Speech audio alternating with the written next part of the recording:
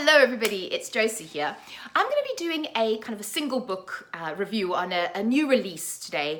And this book is my most anticipated release of the year so far. When I heard this was coming out at the end of last year, I shrieked a bit and I had to have it and I got it and I wasn't disappointed. So the book I'm talking about is this one over here. It's The Lost Coast by Amy Rose Capetta.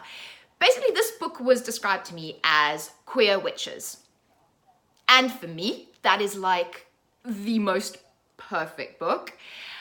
So I was really looking forward to this and I was not disappointed. That just 2 lines is exactly what you're getting. And I couldn't be happier. It is gorgeous. So first of all, just an aside on the author, Amy Rose Capetta. This is the 3rd book of hers that I've read, and I'm in love. I'm in love with this book, but I'm also kind of in love with her writing, and I've just got a 4th book that I'm going to be reading soon, and I'm going to be doing a bit of a Amy Rose Capetta spotlight and taking you through all the books that I've read, so watch out for that because she's probably my new favorite author, one of my new favorite authors at least.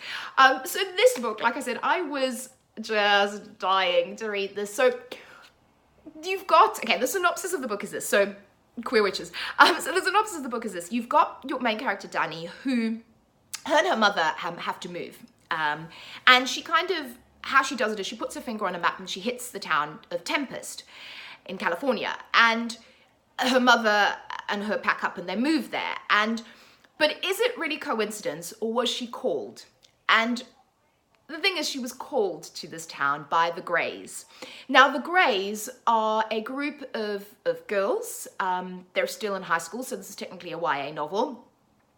And they are wonderfully queer. They all fall on the queer spectrum somewhere, and they're also witches. They practice witchcraft. And what I love about this book and about Amy's books in general is that her worlds, being gender fluid, same-sex relationships, kind of queerness and all its wonderful genres is so just normal. That's just how they are. And the way she writes this beautiful expression of friendship and love between the girls, the way they touch, the way they interact, it's so beautifully written.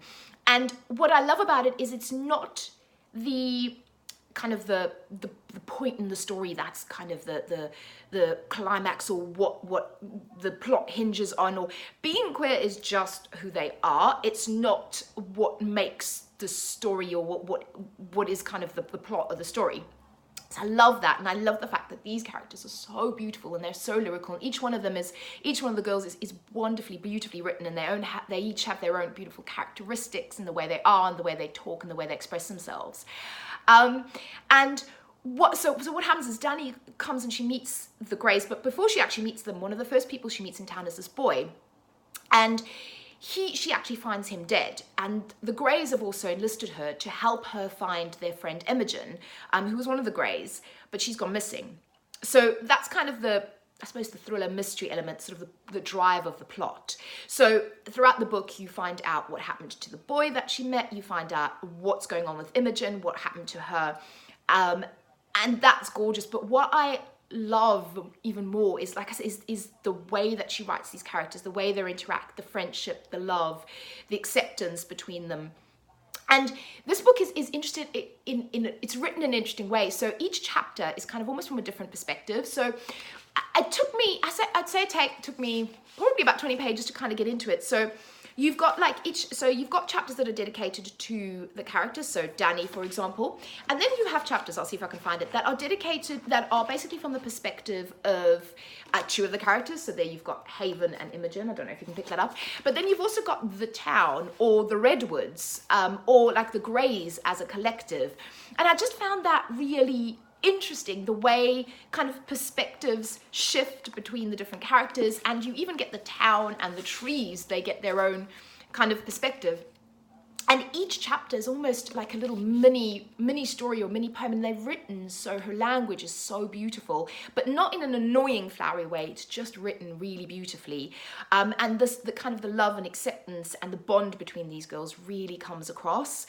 And I love the elements of kind of witchcraft in that. I love the fact, like I said, that it was just quite normal. Like the rest of the girls did go, oh, you know, the Greys are a bit weird, but it wasn't, like I said, they weren't necessarily ostracized, or the reason for Imogen going missing, for example, wasn't necessarily because of that.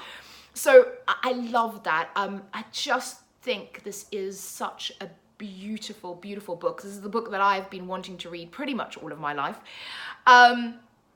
And it combines these elements of kind of the craft a little bit, with a little bit of practical magic, with just Amy's own kind of gorgeous flow and gorgeous way of telling stories and gorgeous way of crafting these wonderful characters that are so beautiful. And another thing that I love, the cover is gorgeous, with the trees, because the trees play a very important part in the plot as well. And like I said, they get their own voice.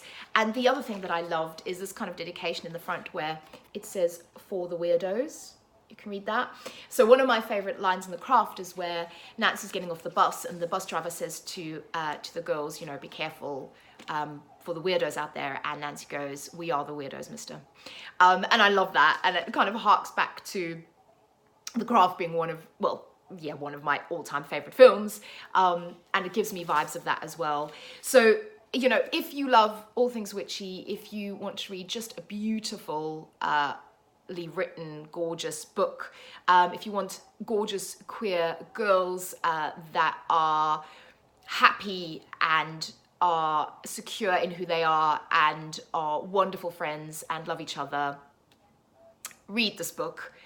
It is spectacular. I gave it 5 stars. One of my favorite reads of the year, probably one of my favorite reads of all time. I will be rereading this on several occasions.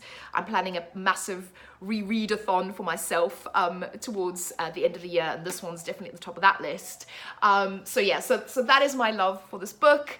Like I said, I will do an Amy Rose Capetta video as well once I've read the last book that I haven't read yet, which is Echo After Echo. And yeah, I can't wait to talk more about her and about these books that I love so much. So yes, 5 stars, massive smash hit for me. It did not disappoint in terms of being my most anticipated read so far. So I'm happy. So thank you for listening to me, gosh. I will speak to you all again very soon. Let me know if you've read this book. Let me know what you think. Let me know what you think of any of Amy's books if you've read them, and or anything similar, any recommendations. And I'll speak to you all again very soon. Bye-bye.